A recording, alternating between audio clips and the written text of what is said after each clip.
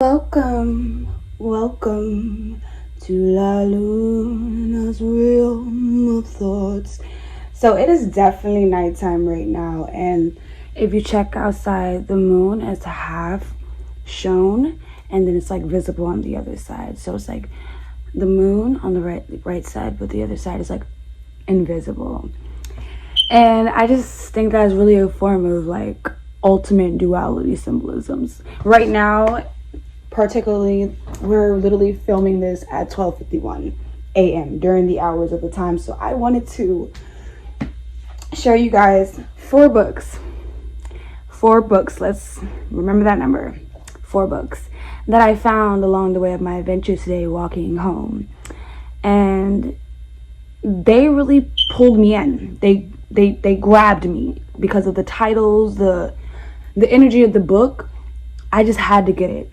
So I kind of want to just do a summary, read about exactly what it's about, because there will be a next episode where I will be giving it a review and suggesting it. And we'll be doing like an audio clip of majority of what the book meant, but it will not be telling you guys exactly how the ending goes. It'll be like the Riddler, you know what I'm saying?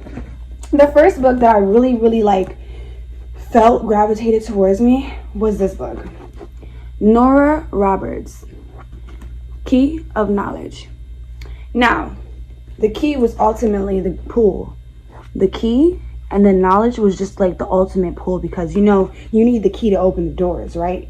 Like to get to the next door, you need a key. You know what I'm saying? So that was like ultimately symbolic and within itself. So we're just going to read partial of the page exactly to kind of give you guys a feel of what exactly this is about. Each daughter, demigoddess, has a specific talent or gift. One is art or beauty, the other is knowledge or truth. The third is courage or valor. A spell is cast on the daughters. The daughters' souls are stolen, locked in a glass box known as the Box of Souls. That is creepy. Which can only be opened by 3 keys, turned by human hands. If the quest is completed, the Box of Souls will be open, and the Daughters of Glass will be freed. And the 3 women would have a cool $1 million each. So, to sum it up for you guys, it's looking like 3 women are in some form of like trapped in a glass box, as it was stated. In order to get freed, it has to be freed by human hands. And if they ever get freed, they get 1 million. This is looking like something I'm definitely interested in. If anything, I don't know why I'm thinking about the Hunger Games. Like, I'm thinking about the Hunger Games, the show Twisted. Like, a whole bunch of stuff just came to me after, like, literally summing up that exact book. But we're going to get to that. That sounds interesting to you guys, right? Because it was pulling and gravitating towards me. So, Portrait of a Spy. And this is by Daniel Silva. Oh, he's looking a little bit like a spy too. You know what I'm saying? I love books. Like, eventually I'm going to start my own book club within, and I feel like all of us ladies should gather, of all different kinds of beings, should gather and really like look amongst books, because books are the ultimate truth, and it's where knowledge begins. Gabriel Allen has been hailed as the most compelling creation since iron filling. Put down his martini and invented James Bond. Rocky Mountain News, a man with a deep appreciation for all that is beautiful. Gabriel is also an angel of vengeance and an international operative who will stop at nothing to see justice done. Oh, he got ambition. All right, I'm liking that. Ambition. He got that ambition. I'm wondering more about what's about to happen. Okay, sometimes he must journey far in search of evil, and sometimes evil comes to him. For Gabriel and his wife, Chiara, it was supposed to be the start of a pleasant weekend in London, a visit to a gallery in St. James, to authentic and newly discovered painting by Titan, followed by a quiet lunch but a pair of deadly bombings in Paris and Copenhagen has already marred this autumn day, and while walking towards Covent Garden, Gabriel noticed a man he believes is about to carry out a third attack. Before Gabriel can draw his weapon, he is knocked to the pavement and can only watch as the nightmare unfolds. Ooh, that didn't end so well. Haunted by his failure to stop the massacre of innocence, Gabriel returned to his isolated cottage on the cliffs of Cornwall until a summons brings him to Washington, and he is drawn into a confrontation with the new face of global terror. There's someone new in town, the big sheriff. At the center of the threat is an American-born cleric in Yemen, to whom Allah has granted a beautiful and seductive tongue, a gifted deceiver who was once a paid CIA asset. The mastermind is plotting a new wave attack. This seems interesting. Seems like an action type of book. Something decoded. It kind of seems like it isn't what it seems, but they're telling you something in code to fight off something. That's the vibe it's giving off. That's really the vibe that it's actually giving off. The Third Twin by Ken Follett. Now this one, I got intrigued by it the most because it was basically saying the third twin, and I already feel like I have three selves as well, 333. And the fact that I showed you guys the book Keys of Knowledge, I showed you guys the little keys of knowledge, how it was three women and they basically were locked in a jar and they had to be freed by human hands, but it was three women, 333, a third twin, 333. And I think I really kind of discussed this book with you guys already. If I'm not mistaken, I think I definitely discussed this book with you guys already, because I believe I told you guys. But if I didn't, we'll get to that. This one is called Dark and Death. Now, I got intrigued morally about this book because it feels like it's telling you the knowings of death. Like, death isn't really what it seems. And I gravitated towards the book because I wanted to learn more. So why not, you know? I'm going to read the quick little summary of the book from the side corners. And this is by J.D. Robb. It was a stab in the dark on a chilly February night during a screening of Psycho in Midtown Manhattan. You know what this is reminding me of? Halloween spooky storytellings. I think that's going to be what I'm going to do for you guys. We're going to be outside with this one. I love it here. Someone sank in an ice pick into the back of Chanel's Ryland's neck, then disappeared quietly into the crowds of drunks and tourists in Times Square. To Chanel's best friend, who had just slipped out of the theater for a moment to take a call. It felt as unreal as the ancient black and white movie up on the screen. But Chanel's blood ran red and her death was anything but fictional. As Eve Dallas puzzles over a homicide that seems carefully planned yet oddly personal, she receives a tip from an unexpected source in an author of police thrillers who recognizes the crime from the pages of her own book. So she wrote about this before it happened? Hold up. Let's get to it. Dallas doesn't think it's coincidence since a recent strangulation of a S-worker resembles a scene from the author's writing as well. Cops look for patterns of a behavior, similar weapons, similar modes, but this killer seems to find inspiration in someone else's imagination. And if the theory holds, this may be only the second in a long-running series. The good news is that Eve and her billionaire husband, Rorik, have an excuse to curl up in front of the fireplace with their cat, Galahad, reading mystery stories for research. The bad news is that time is running out before the next victim plays an unwitting role in a murderer's deranged private drama, and only Eve can put a step to the creative impulse, going horribly, destructively wrong. Well, then they better stop playing with their cat and go get in the field. If they stop playing with their cat and go get in the field, like, you got people to say, you know what I'm saying? You got people to say, baby, you out in the field. That's how I heard. They was out just chilling with their cat Galahad, and while people are getting murdered, and she got the power to stop it, but she over here playing with her husband. But I could be mistaken. Don't misjudge me. But we're gonna read the little poem that they got in the back. You know what I'm saying? Lieutenant Eve Dallas rocked back on her heels, still crouched on long legs as she studied the chair. The killer had to be sitting right behind her. I can't see any angle to the wound. The theater's dark. People are watching the screen. All he has to do is lean up a little and yawn into her, in and out. A couple of seconds. If this hit the brain stem, she wouldn't even have time to say ouch. So it would hit it so fast that she wouldn't even have time to react. Oh my God, this sounds like Law and Order.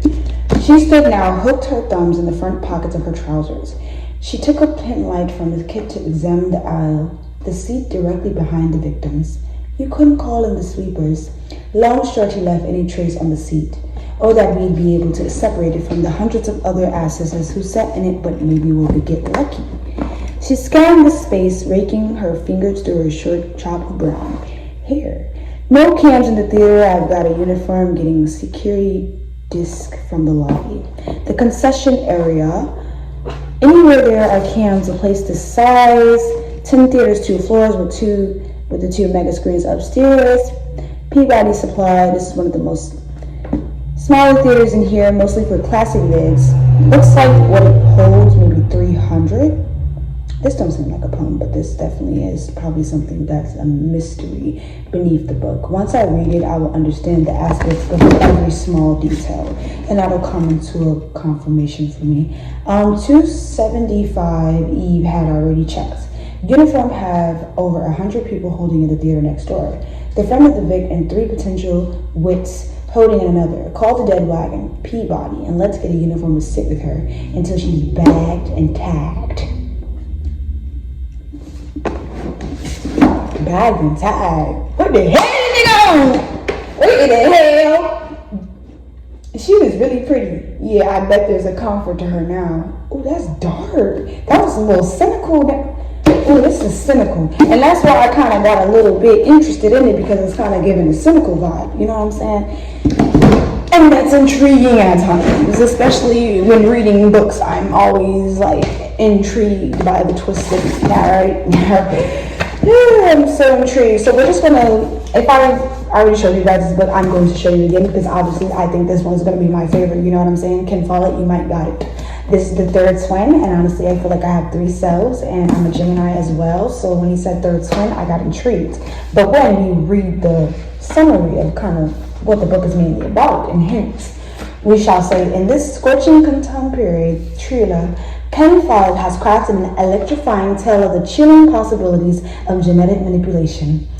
That sounds like mutation, so the third twin might be a mutant? Let's talk about it. Janine Thurmy, a brilliant young research scientist studying the genetic components of aggressions, make a startling discovery using a restricted FBI database. She locates 2 young men who appear to be identical twins. Steve, a law student, and Dennis, a convicted murderer. Ooh, that's a twist. You have a murderer twin and another one that's in law school. Yet they were born on different days, 2 different mothers, in hospitals hundreds of miles apart. What is going? How can they be born with 2 different mothers and they weren't born at the same hospital? And how could this even be? Am I seeing what I'm seeing? This is definitely, it's giving. When she delves into the background sources as powerful as the Pentagon and the New York Times takes notice, the more she learns, the worse it gets. Steve is accused of a terrible crime, which he swears he did not commit. So Steve, the brother that's in law school, was basically accused of a crime, but his brother is a murderer, but he's accused of a crime. Do you guys think that he was accused of a crime because his brother is a murderer, so that stigma is always on him? Let me know. Or do you think he actually did it and he might be the one that cried wolf and basically cry about how he didn't do it, his brother's a murderer, don't put it on me, the boy who cried wolf? What are you guys feeling? That's just the question I really wanted to ask. That's a good question, because you never know. So he's accused of a crime. Basically, he falls in love. Janine falls in love with him.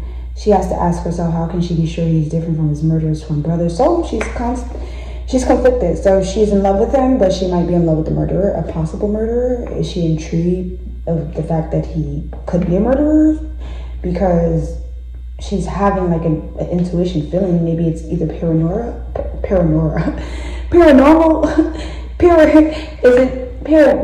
Is she paranoid? My words. That's so cute of me. Is she like paranoid, or is she actually like getting intuition signs sent to her? Basically, this guy is not who he seems or claims to be. So she's in love with him, but it's a possible chance he could be a murderer just like his brother. So in that case, is she safe? Is Janine safe, mama? Go retreat. Red flag. Beep. So she's probably just telling herself, no, he's not like his little brother. He loves me. He loves everyone. When her life is threatened, she realizes, oh, she was threatened. She was threatened. She realizes there is much more than just a scientific problem facing her. Unwittingly, she has stumbled upon evidence of a conspiracy involving a top biotech company. Ooh, that was a twist. A conspiracy from a top tech company. Technologies, AIs, clones, Tyrone. They cloned Tyrone. This the vibe I'm getting. I'm getting that vibe. Involving a top biotech company, right-wing politicians, and her own university. So her school is involved in it. She's in their web. Their aim is as shocking as it is technology. Possible in the era of genetic manipulation, the reshaping of American society according to their own reactionary racist and sexist principles. The third twin, like Ken Follett. Yeah, he just sat in the chair like, yeah. Check this out. Like, come on. You don't want to miss this. This is like reminding me of like Final Destination, and they clone Tyrone mixed with a whole bunch of other stuff. Like, that is really something different. I'm intrigued to kind of like follow up with you guys on these books to let you guys know the review and overall do an audio book reading with my fellow gents and my lover Loki, my sweetie pie. So I'm using this honey. It's by Burt's Bees honey hand lotion, and honestly it really does smell like honey, and it's giving me a shroom vibes, and it's just so loving. Yes. And let's spray a little bit of this perfume for sweetness, because the only people that will be seeing this video is of people of my shadow allies and of love and light frequency. No negativity shall get into this video. No person shall enter with negative energy. Malice ways, jealousy, envy does not live here. We are vibrating high, and we attract high.